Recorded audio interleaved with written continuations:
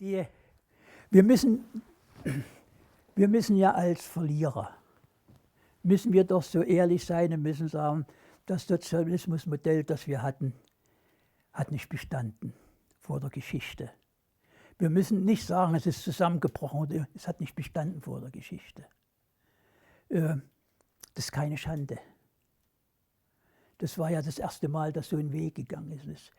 Es ist, für meine Begriffe kann man schon über die Frage diskutieren, ob es,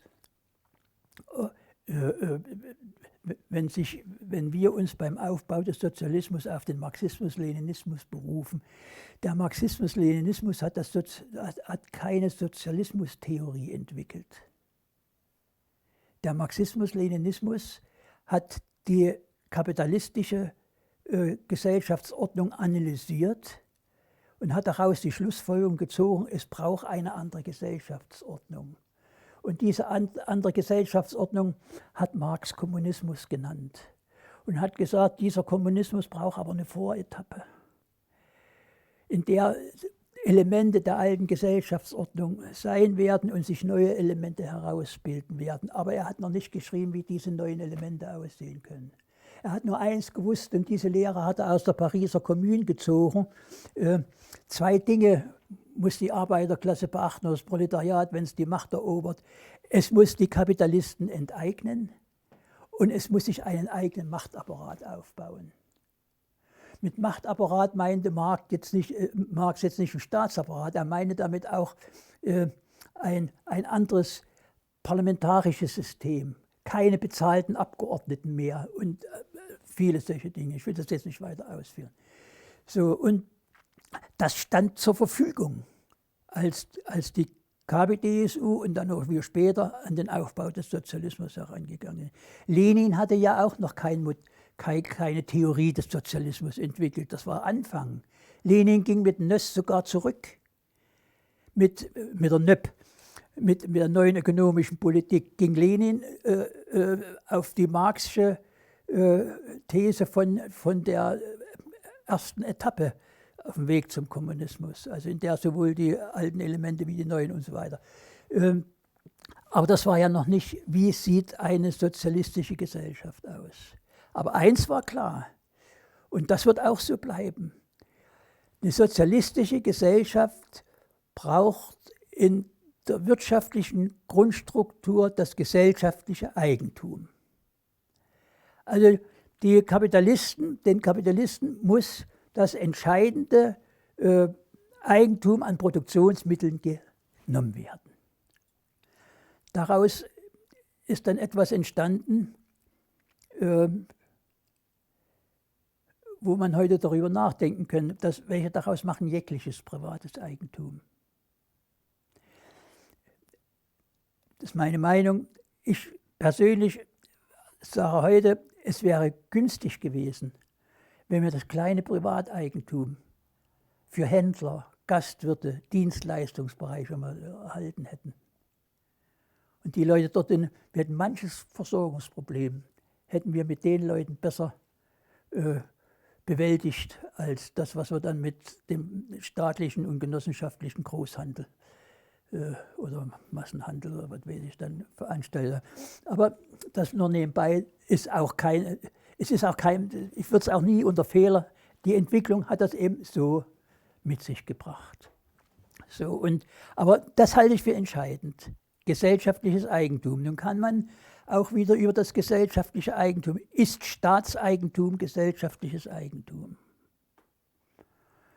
Ist kommunales Eigentum, genossenschaftliches Eigentum, sind das nicht geeignete gesellschaftliche Eigentumsformen als Staatseigentum? Staatseigentum wird von jemandem verwaltet, vom Staat. Und letztendlich wird jemand enteignet, nämlich der es eigentlich besitzen müsste, der Arbeiter, die Arbeiterklasse. Der Staat verwaltet im Auftrag der Arbeiterklasse, sagt er, dieses Eigentum. Macht er es? Er macht es nicht mehr, wenn die zentrale Planung und Leitung der Volkswirtschaft einsetzt.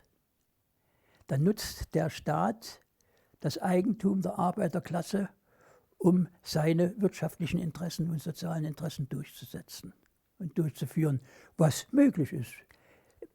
wir waren in der DDR waren wir auf Reformkurs. Nach 1961, dann vor allem nach 1963 waren wir auf Reformkurs. Wir haben in der DDR das neue ökonomische System entwickelt. Die Leute waren begeistert.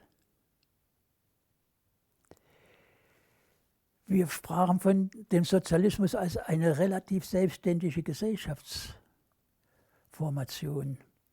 Wir entwickelten eigene Lehrbücher für die politische Ökonomie, für die Philosophie. Wir waren auf Reformkurs, wir wollten Reform durchführen.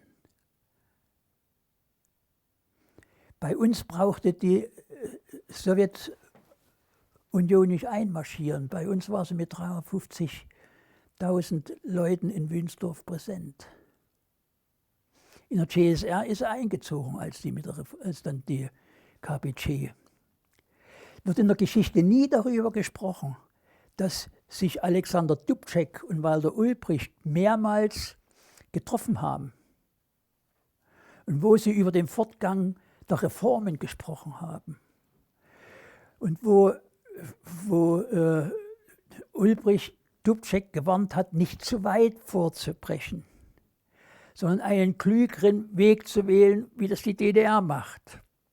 Und das hat auch Dubček nicht geschafft mit seinen Leuten, mit Schick und alle, die damals darum wanderten in der CSR. Und da waren wir auf Reformkurs. Und der 8. Parteitag 1971 hat dann den Reformkurs zurückgenommen.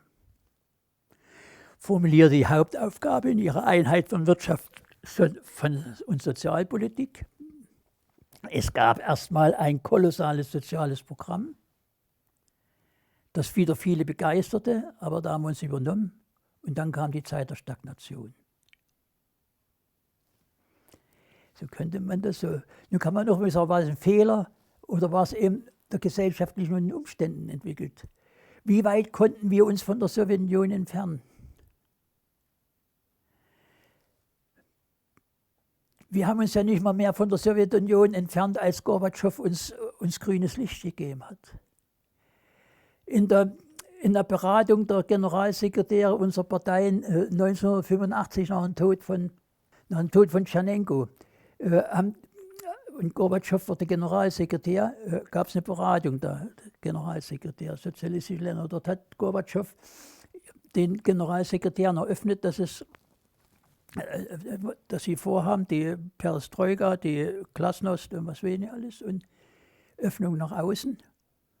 Und hat gesagt, dass in Zukunft die Partei und Staatsführung der Länder für ihre Länder selbst verantwortlich sind. Dass sie erwarten, dass sie die Verantwortung wahrnehmen. Er hat damit spekuliert, dass die Vasallentreue bestehen bleibt. Aber wir hätten es ja machen können.